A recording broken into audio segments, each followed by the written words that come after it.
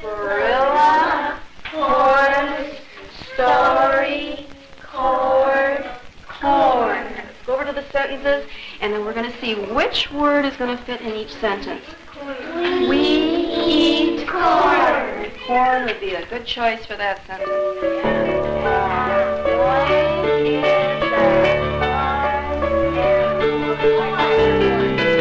Very good printing on this paper.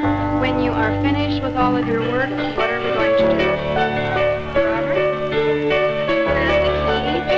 And Colleen, would you read to us what pony I'm going to color? All the ones that ended in that interesting answer and eight. Do your very, very best.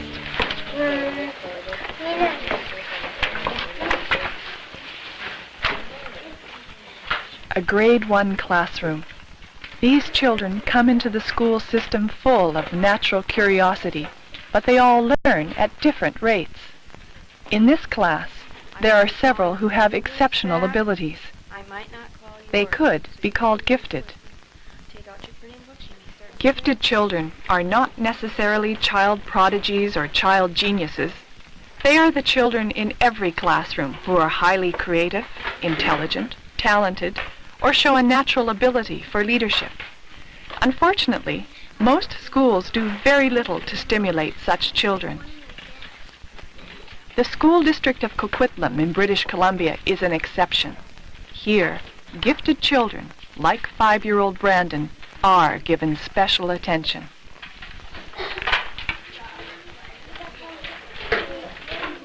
Last year, our kindergarten teacher discovered that he could read just by accident.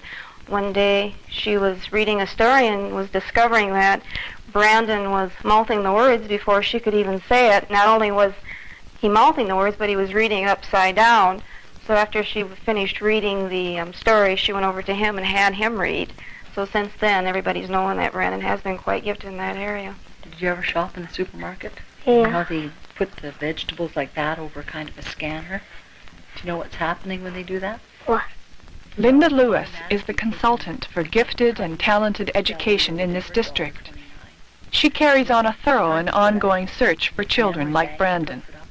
She works out of her resource center, where teachers, parents, and children come for interviews, testing, or advice.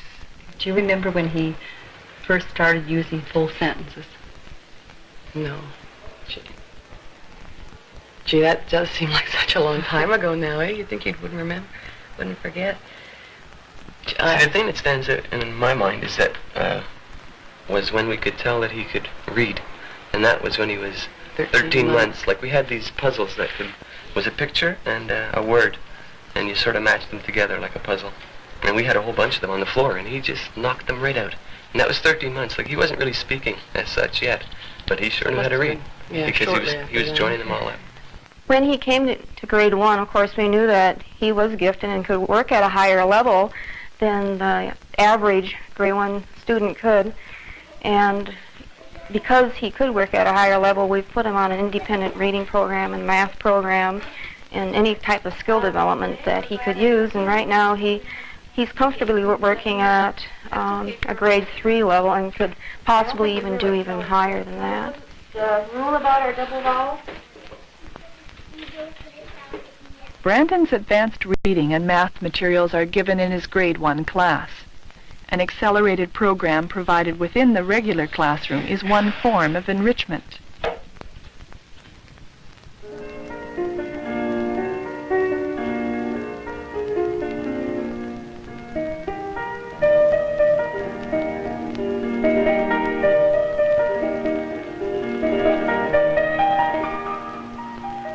It is common for people to think of giftedness only in terms of academic achievement. But increasingly, experts are realizing that it encompasses a much broader range of abilities. 10-year-old Corinne has an exceptional talent for ballet. She excels in many areas of the arts, including painting and poetry. Then it works.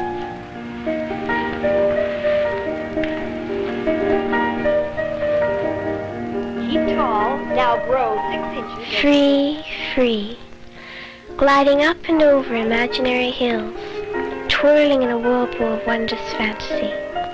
Free, free, soaring with invisible wings into the never-ending enchantment of eternity. That's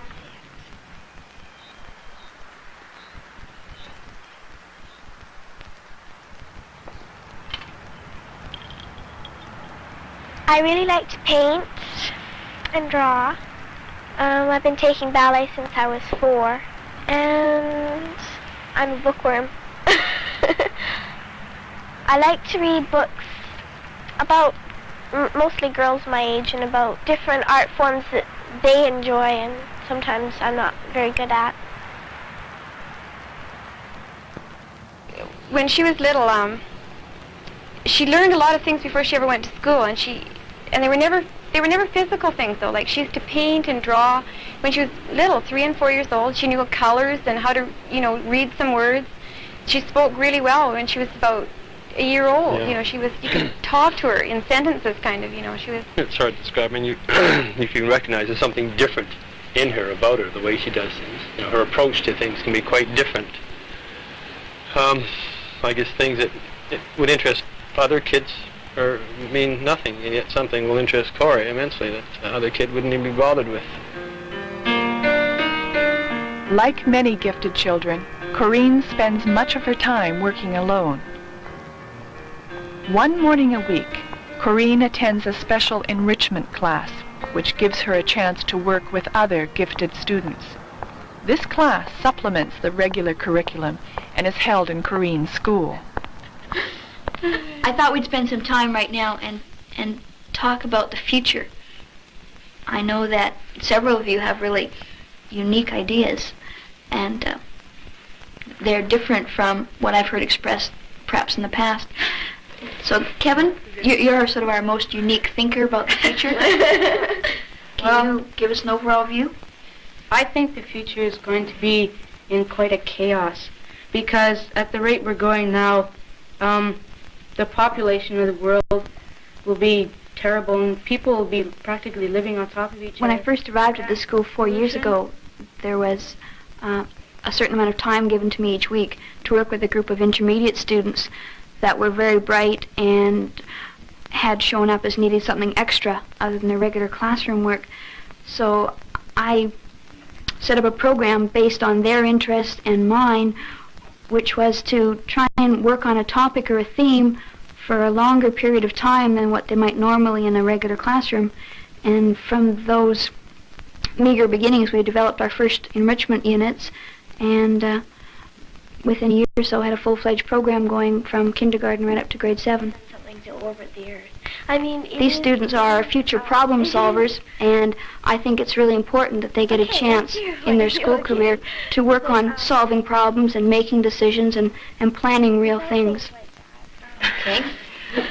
I don't think cloning is very necessary. Well, you said something about genetic research, and they're already doing the first clones and that, and I think it's stupid because there's lots of children that their parents abandoned them and they're left without parents, and then other people are trying to clone themselves and make million little me's. And If you clone someone like Albert Einstein, then when the original died, the clone could go on. And he would be an exact duplicate of the first guy, and he would think, well, pretty well the same. And so he would go on, and he would make his contributions, and we'd clone him. When that clone died, then it would go on. And you'd have your continual resource of scientists, and maybe they could help solve some of the problems. well, Kevin, about cloning, people wouldn't be exactly the same as their clones wouldn't be exactly the same, depending on the environment they grew up in, what they were taught. I mean, sure, they'd maybe look the same and have the same amount of intelligence. Their whole personalities and characteristics might be different. You can't duplicate the people that were around him, and you can't duplicate everything exactly, so of course you're going to have a slight difference. Also, it might have been some sort of reaction to something that happened that made that original person interested in something. And nobody could know of. Yeah. And then when that spark doesn't go off, nothing else will.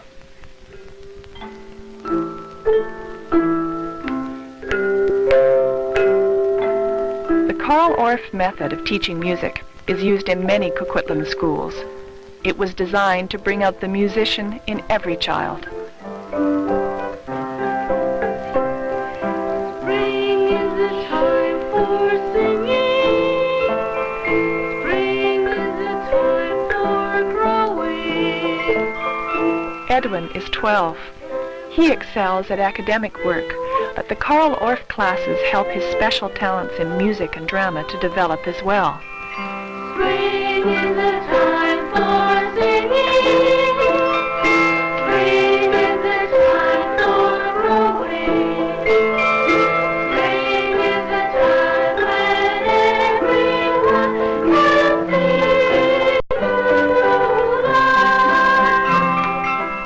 sing. What would make you start with hate first, Edwin?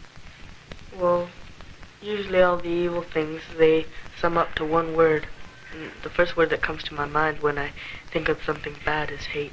Okay. Successful programs for the gifted challenge the whole child, stimulating personal growth as well as intellectual development. You know, some people feel so strongly about certain things that they'll go to the point of anything to get it. Okay, do you feel that way in yourself? You ever feel that strong about anything? Well, not really. Yet. Okay. You think you may, though, sometime?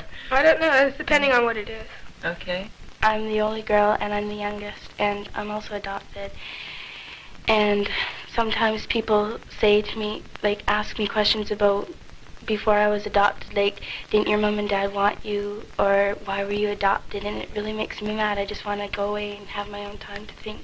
When you envy someone, like, quite often, as Edwin said, it all sums up to hate. So envy would be another one. Okay. Well, Since I'm a different color and a different race, people, like, they exclude me out of things and I want to join the crowd. But since I'm kind of different from other people, they just don't listen to me. But when I make friends with them and they come to know me, then I can join the crowd and I fit in easily. My name is Zoltan. It took me 2.6 million years to get here. I live 5 light years away. My master sent me here to observe you humans. Who is your leader? Mrs. Phillips is our leader. Where do you and she come from? We all come from the planet Earth. The philosophy in Coquitlam is to integrate programs for gifted children into the regular school system. Gifted children, like other children, need the companionship and acceptance of their own age group.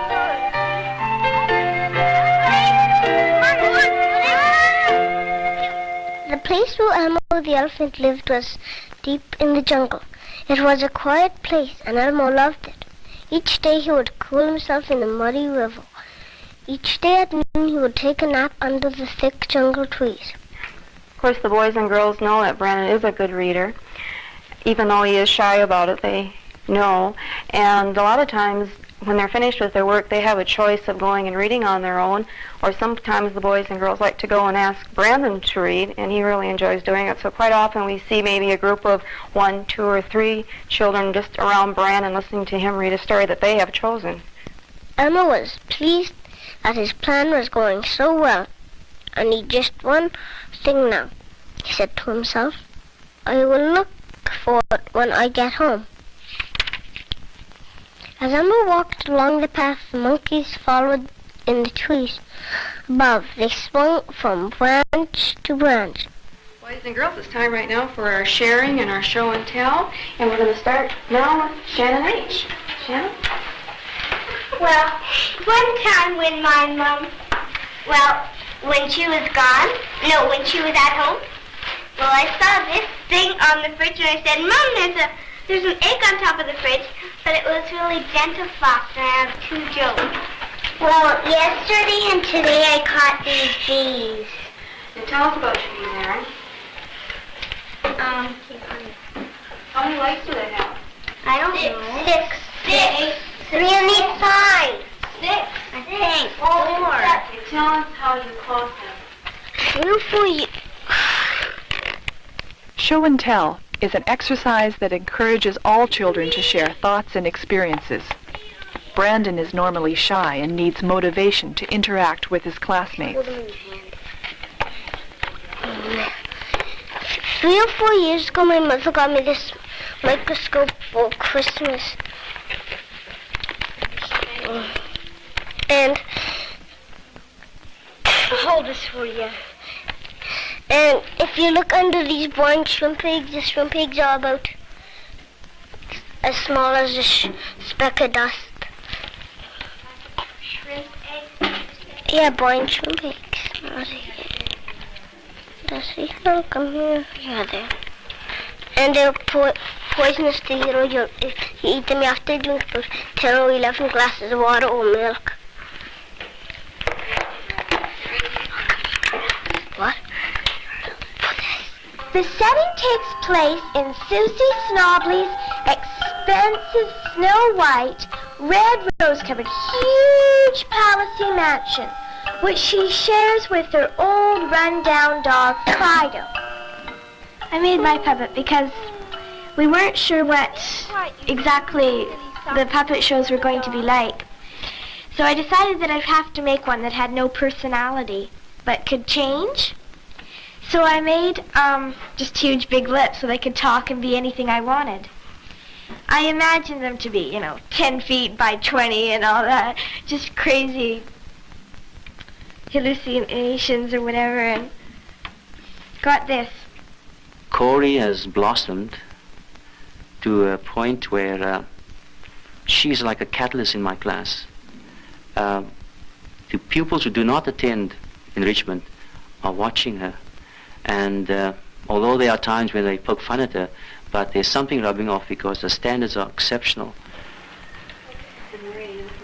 She's had excellent teachers, I think, with the exception of perhaps one teacher. All the way through, she's had exceptionally good teachers that have seemed to understand that she is different and have worked towards something with her. Her homeroom teacher has just been excellent, too. He's very interested in the arts, and that has helped, too. But if she hadn't had a teacher like that and no enrichment program, I can't imagine what it would have been like for her.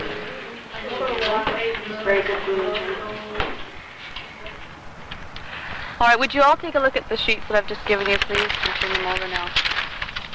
People often think that bright or talented children don't have problems in school. But being gifted is another way of being different.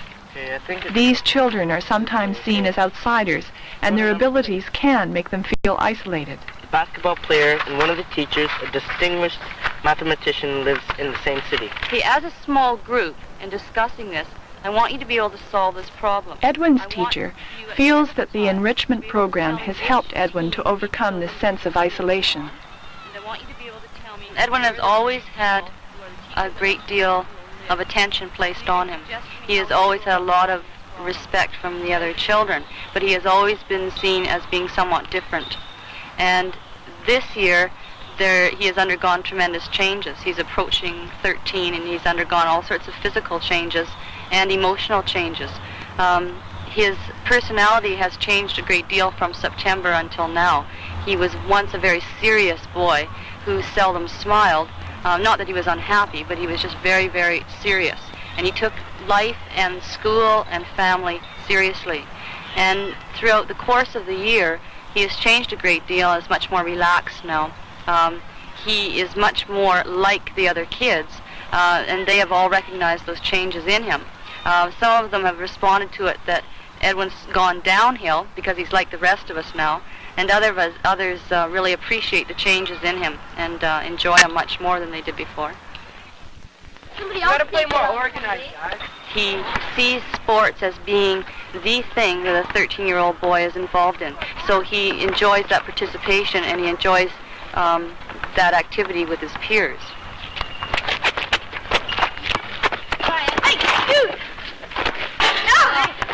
Jeremy, pick up.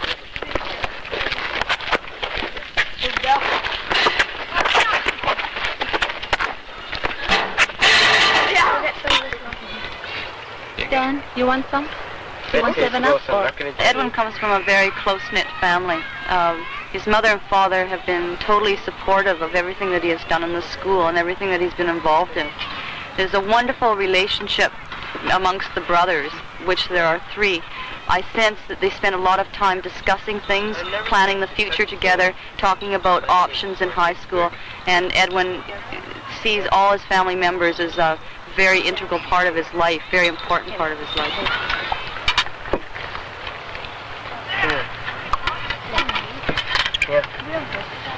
It's a little bit better than the Slurpee. If you really could, and all things could come out the way you'd like, what would you particularly like to see Brandon do as far as his life vocation? I don't know. Well, You could choose anything in the world. Well, I don't want to push him in any way towards anything, that's for sure. Like I'm not into that, but I'd sure like to see him get into computers for some reason. I know I like computers, and he likes them so far. So that's what I'd like to see. So you think that would be compatible with his? Yeah, I think so. You know? Especially programming and stuff. So he has the notion that he can choose. Really? And yeah, that's wonderful. We said that so too. I can see you can be just about anything you want to be. We've told Alethea and Brandon that they should, when they're just going through life, to check out things you enjoy doing, because if you have to work for, so many years of your life, it may as well be something you really like doing, So we've told them to sort of start thinking about if they ever hit on things that they really seem to enjoy doing, to think about. When you let your hand go, that means that you can't take it back. I just want to tell you that. You couldn't take it back because you let your hand go.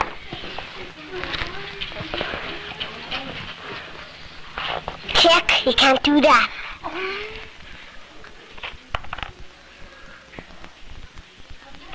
I promise I won't take you.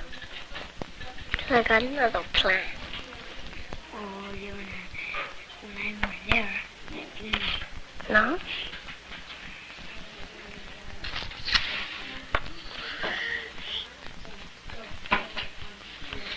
You can do that. I can. You can if you want. Let go. Took your hand off already.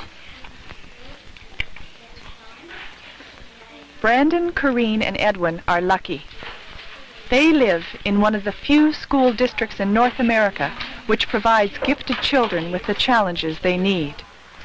Without these challenges and the support of peers and interested adults, gifted children cannot thrive. I always heard that people were referred to as creating a form of elitism. I don't think it's a fair statement to make, and I think we have to accommodate pupils of all levels of ability.